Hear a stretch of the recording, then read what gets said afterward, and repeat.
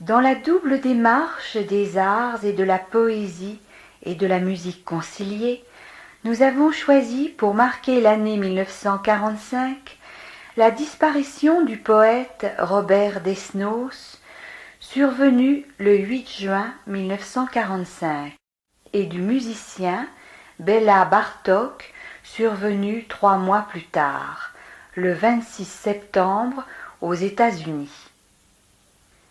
Après avoir participé aux premières activités du groupe surréaliste, était-il allé jusqu'au bout de ce mot qui avait hanté son imagination, la liberté ou la mort?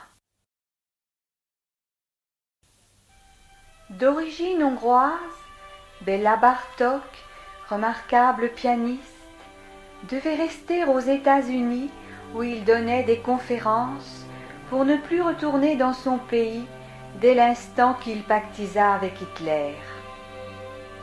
Alors qu'il était l'un des plus grands musiciens de notre siècle, la fin de son existence fut pathétique.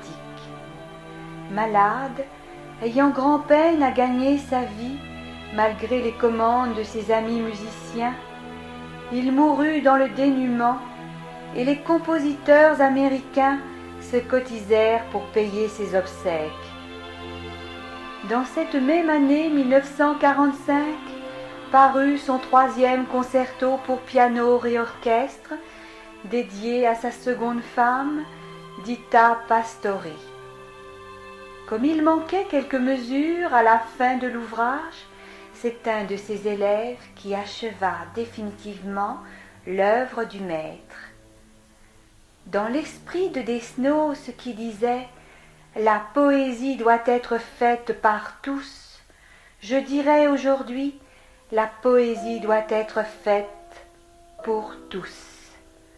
Voici donc, sur un extrait du 2e mouvement du concerto de Bartók, 2 poèmes de Robert Desnos, La voix, la ville.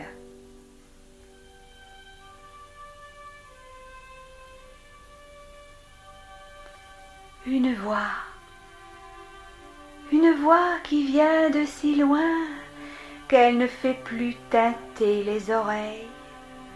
Une voix comme un tambour voilé parvient pourtant distinctement jusqu'à nous.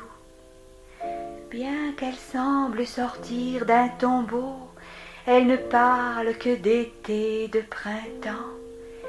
Elle emplit le corps de joie, elle allume aux lèvres le sourire. Je l'écoute.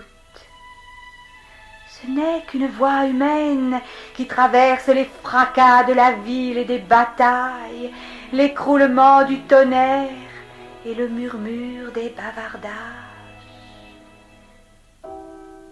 Et vous, ne l'entendez-vous pas? Elle dit, la peine sera de peu de durée. Elle dit, la belle saison est proche.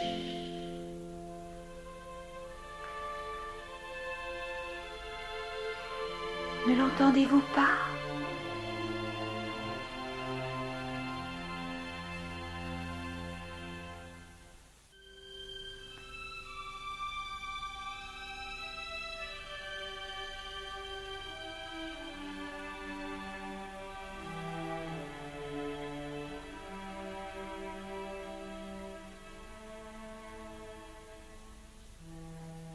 Se heurter à la foule et courir par les rues, saisir en plein soleil par l'angoisse et la peur, pressentir le danger, la mort et le malheur, brouiller sa piste et fuir une ombre inaperçue. C'est le sort de celui qui, rêvant en chemin, s'égare dans son rêve et se mêle aux fantômes, se glisse en leur manteau, prend leur place au royaume où la matière cède aux caresses des mains.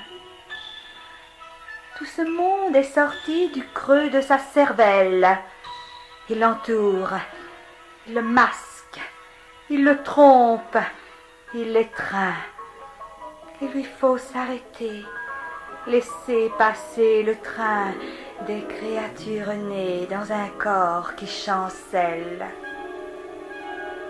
Nausée de souvenirs, regret des soleils veufs, résurgence de sources, écho d'un champ de brume. Vous n'êtes que scorie et vous n'êtes qu'écume. Je voudrais naître chaque jour sous un soleil neuf.